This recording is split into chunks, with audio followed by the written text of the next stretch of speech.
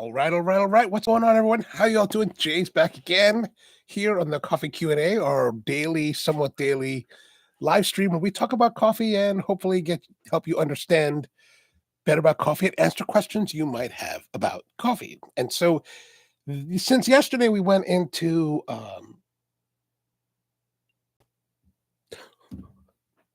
oh, we had the Indonesian coffee. Sorry, what did we do yesterday?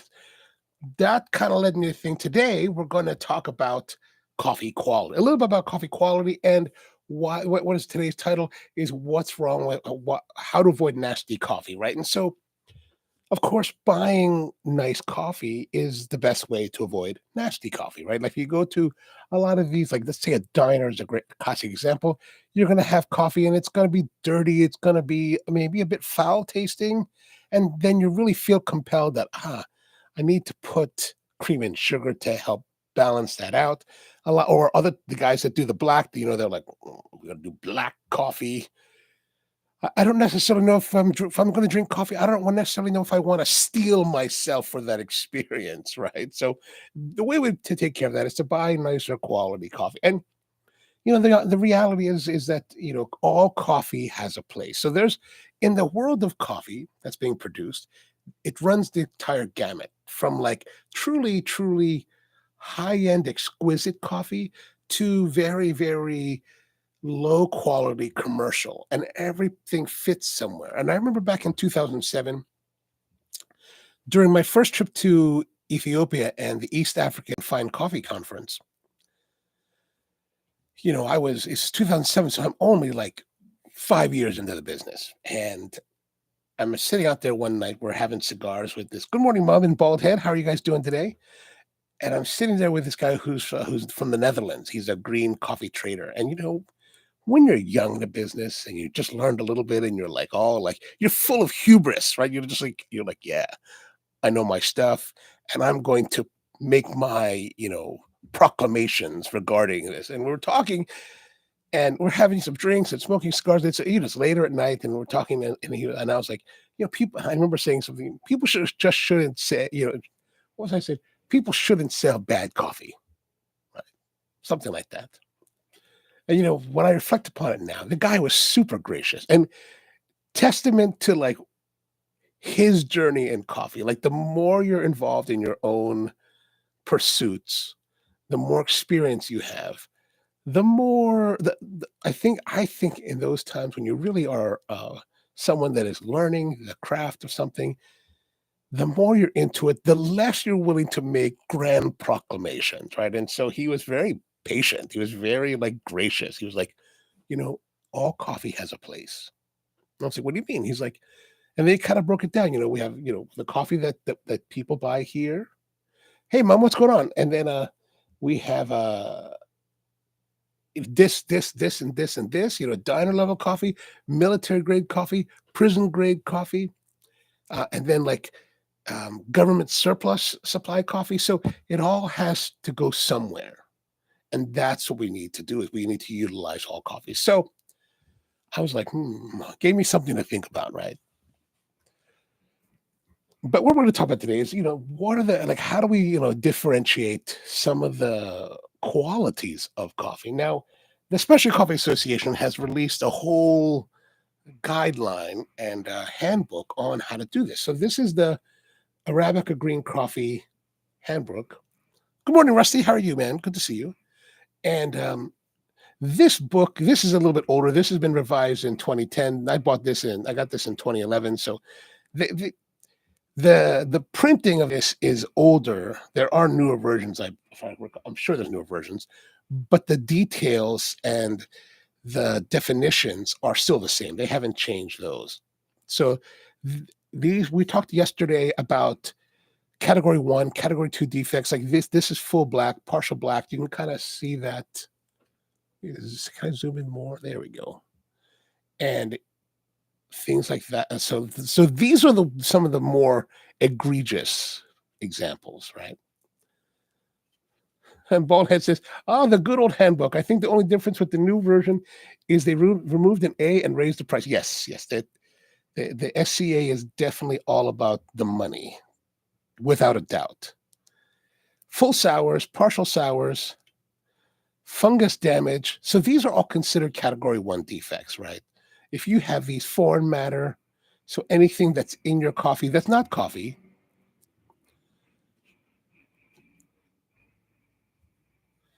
cherry pods. And so if you find any of these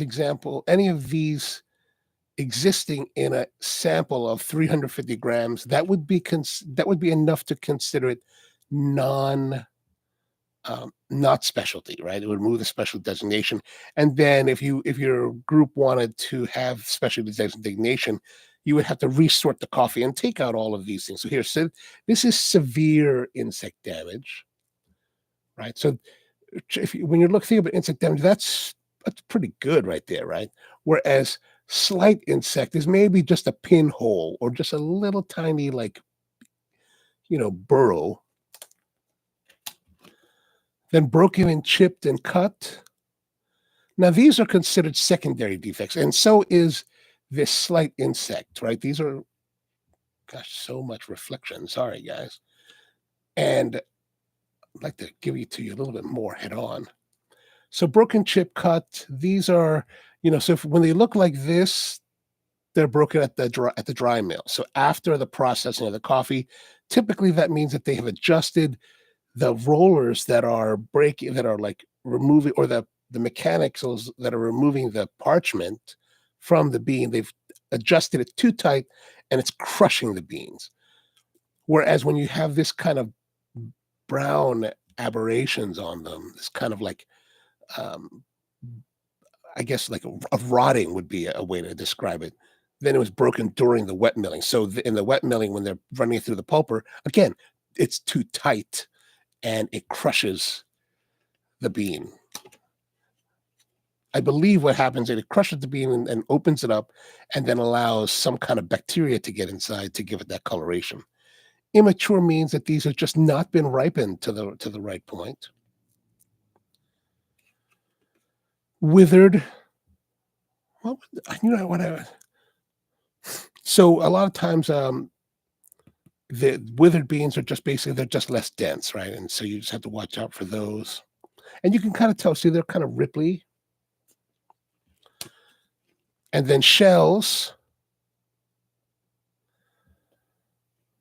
So this is where it kind of separates. I forgot exactly what causes that.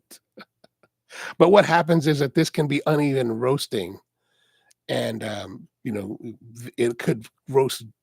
It basically burn faster than the rest, and so you get uneven flavoring in your coffees. But again, it's a secondary defect. Good Lord, Coleman, what's wrong with this thing? There you are. Floaters are just less dense coffees, and so they will float to the top, and so you kind of have to worry about it. Oh, Baldhead says that the shell grows around a kind of pea berry. Yes, okay, good. And then parchment, they haven't run it through the mill, or it just missed it. And this parchment is what happens after the drying of washed coffee. So once you've washed the coffee and you dried it, there's a parchment skin, what we call pergamino in Spanish, and when you do your dry milling, this is what's being removed. And then, what's our last page? Oh yeah, there we go. Hull husks. So there's kind of hulls or husks, from the green, the let's say like the natural processing. Those will be a problem as well. So those are the general defects that you'll find. And you could pick, if you're interested, you could pick this up, but you don't necessarily have to worry about it. Now, what makes the coffees? Like, what are we looking for, right? So I've got this sample here, this green sample. This is from a place in Honduras called Finca del Cerro. I went to visit there in 2017, kind of in their early days, and really nice place, little small, father and son working the farm, small plot farm, very nice people, and they're making nice quality. How I found out about them, their other son runs a construction company here in Baltimore, and we kind of met, and I was like, oh, I'm so interested in what your father's doing. I happened to be in Honduras, in Tegucigalpa, that year. This is 2017. Oh no, you must be kidding. Hang on 1 minute. We're gonna have to figure out this silly camera. The I've got this thing where the the battery just doesn't want to charge for whatever reason. And I left it charging overnight. Let's see if we can fix this quickly.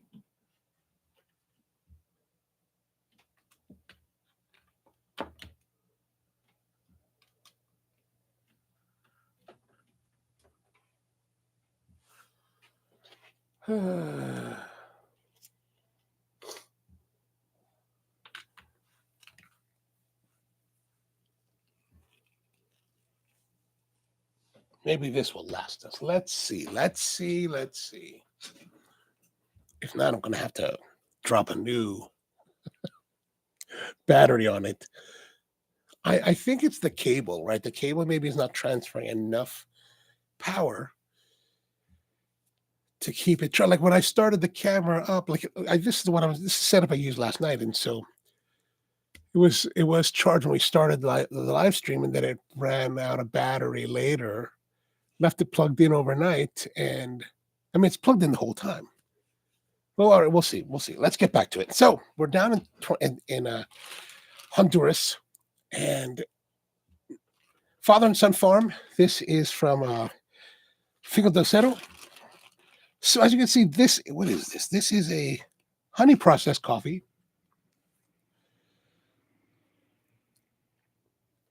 And Baldhead says, referring your comment of every coffee finds a home, same is true. Yes, agreed. I mean, that's one thing that's the one thing that I had to learn about agriculture is that, we need to utilize everything in order to get the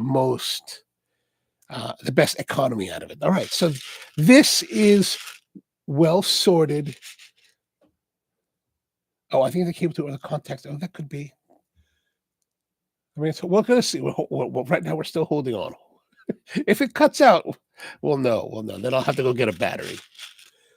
But as you can see, so there's a little bit of like these colorations. This is actually a result of the honey process, not defects, right? So while some of them may look like, oh, they could be partial sours because of this weird coloration, or maybe partial blacks, they're not really. These are actually, like, for example, this one here.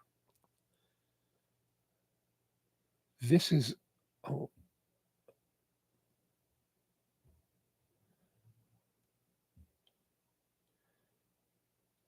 yeah, these are this is like, so the thing about honey is that you take the coffee, you pulp it, which means you remove the outer hull of it, and then you leave the mucilage on and then dry it out in the sun, whereas you would normally ferment that off.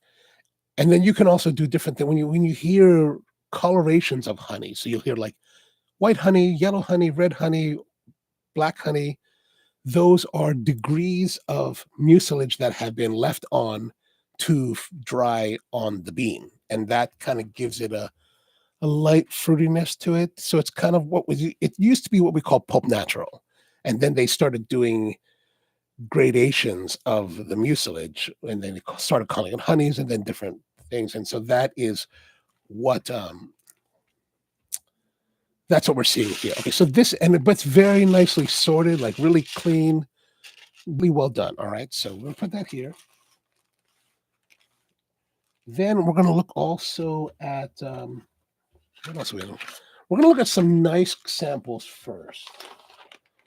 Right, this one is a natural Jima from Ethiopia, grade 1. This is 2021, and from the Takuma Group. Mansur Abba Al Hikam is the producer's name.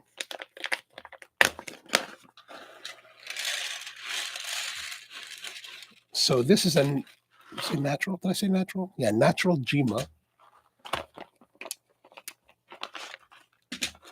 Sometimes in natural, you will see like a little more of a tan feature. Like yesterday's anaerobic natural was very tan in color. This one is a little bit tan, but still a lot of green, right? So a lot of green. And this again is another. Oh, here, look at this. So you can see What is this?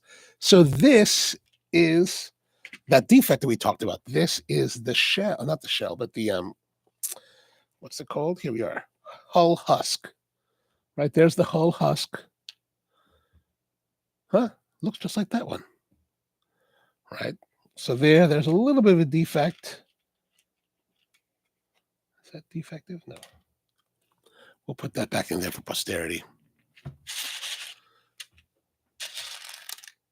But sometimes you get that, and like here's the thing. So when it comes to buying coffee, right? Like as a buyer, if you're buying for yourself or for if you're buying for your own coffee program, sure, there's a defect in there, right? And that could be indicative of a problem. But a lot of it's also based on like, what do you need? What are you looking for? Does the coffee meet that? And if it does, is that defect really that much of a concern? It kind of goes back to, oh,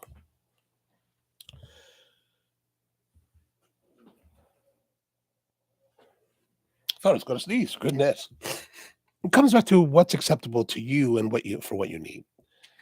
This I would be concerned about. I would note it on our sheet that we talked about yesterday.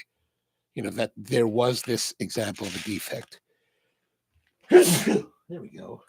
Ooh, ooh.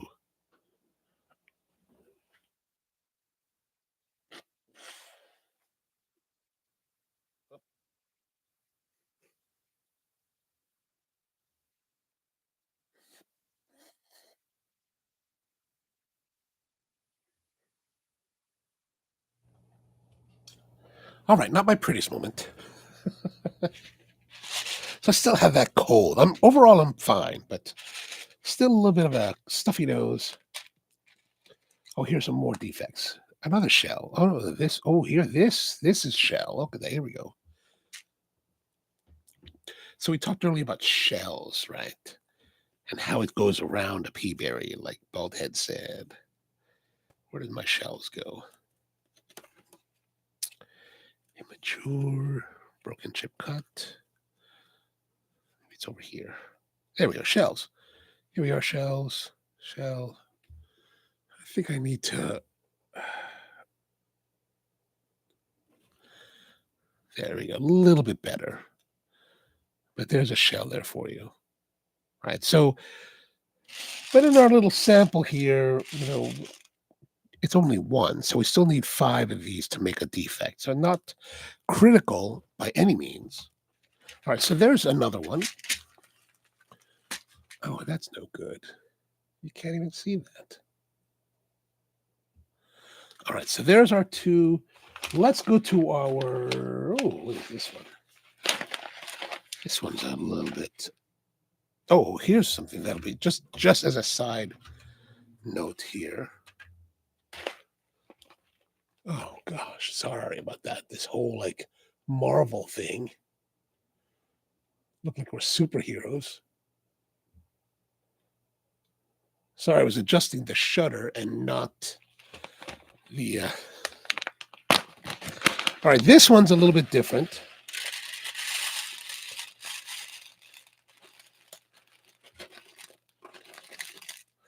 This might be familiar to you guys. We did talk about something like this one before. This is. Let me boost this now. This is a decaf coffee, right? So you can see there's quite a bit of a coloration difference here between the decaf and let's say like a natural regular processed coffee, right?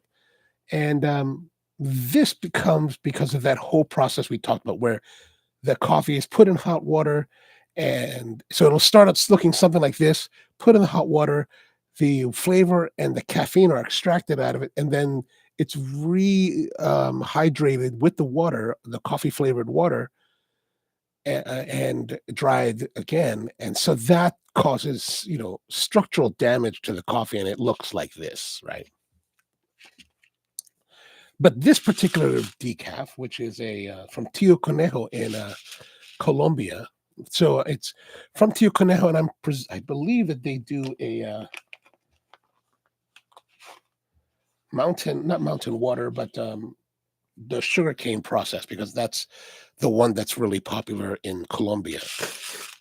They started doing more decaffeination in some of the producing countries, the bigger producing countries, just because I think it brings it locally and it saves them some money, instead of transporting to Germany or to Vancouver. But as you can see, this one also fairly clean, right? Fairly clean, very even, very nice quality overall. And then we're going to go and have a look now at. Let's have a look at some Robusta. This is a Robusta that's produced by a friend of mine. She is an exquisite producer in the Philippines. One who I've been friends with for many years. Actually, if you happen to watch the main video from last Saturday, is that right? Yeah, last Saturday, though, the show, the video that's about Because Coffee in Manila, Z, who's featured in that video, she's the producer, and this is and at the very beginning of that video, I talk about how I went to go see her latest project. This is that latest project. This is actually roasted. Roasted. Sorry, I thought this was a bag of this is actually roasted. We're not going to worry about that. But as you can see here, let's have a quick look here.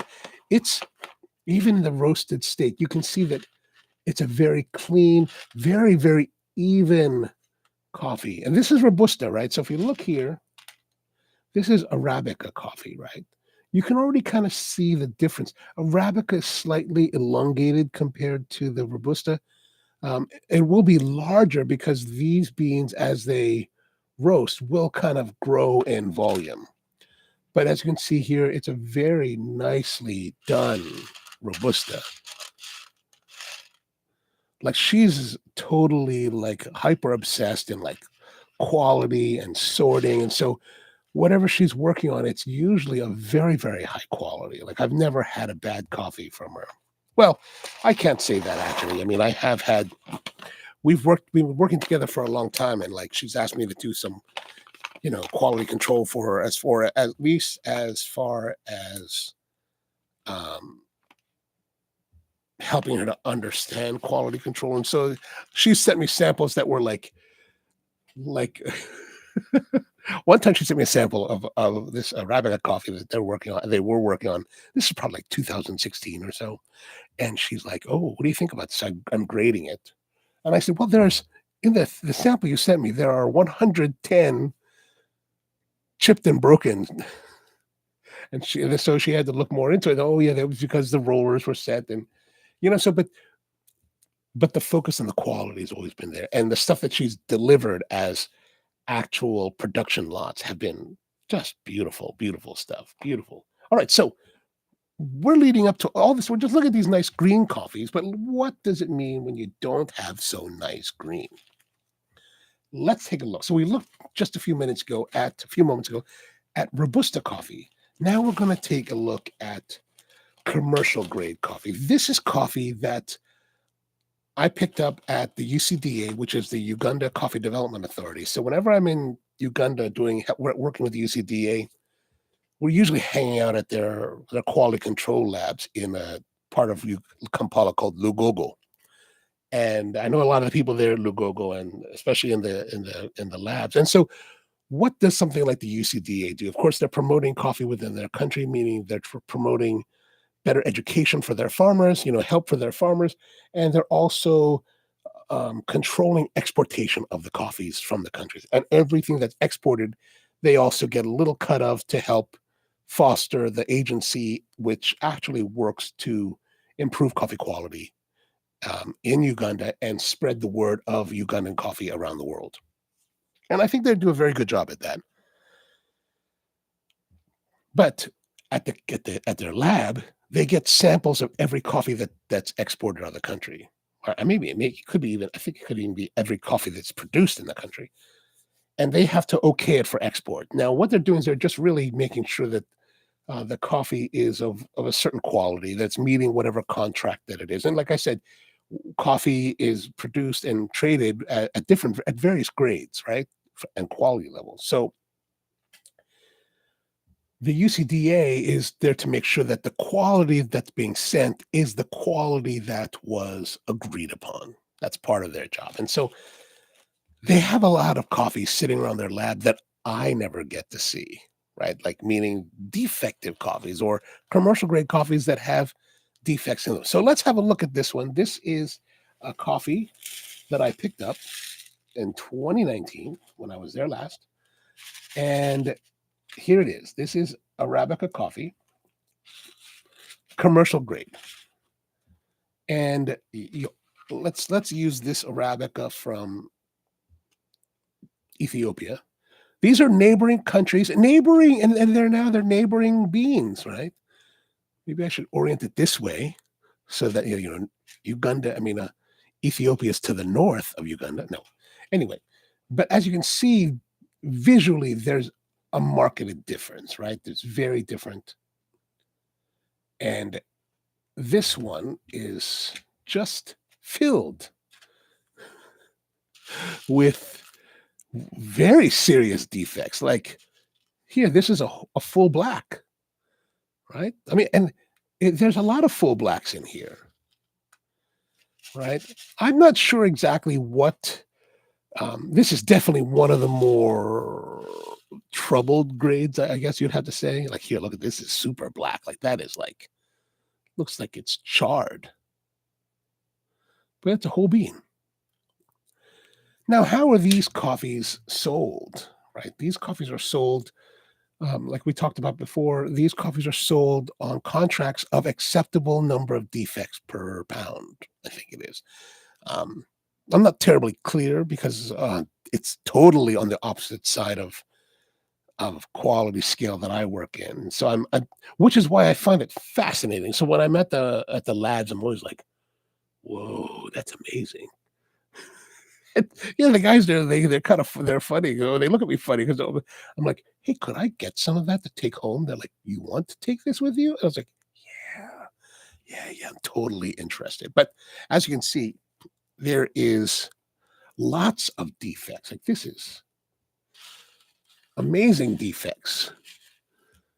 Like if you need a catalog of defects, here it is. Here it is. Pretty much every defect that you can find will be in this. Here's little shells. I mean, little holes.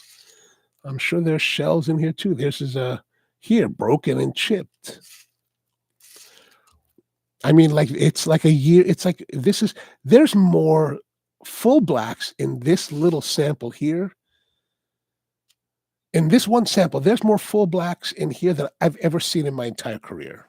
Like in the field, when buying coffee. Like it's truly a fascinating journey for me. Like there's all kinds of crazy stuff wrong in here. Like I don't even know where to begin. But I do enjoy it. So this is kind of where, you're buying a lot and all of these will contribute in negative aspects to the flavor of your cup.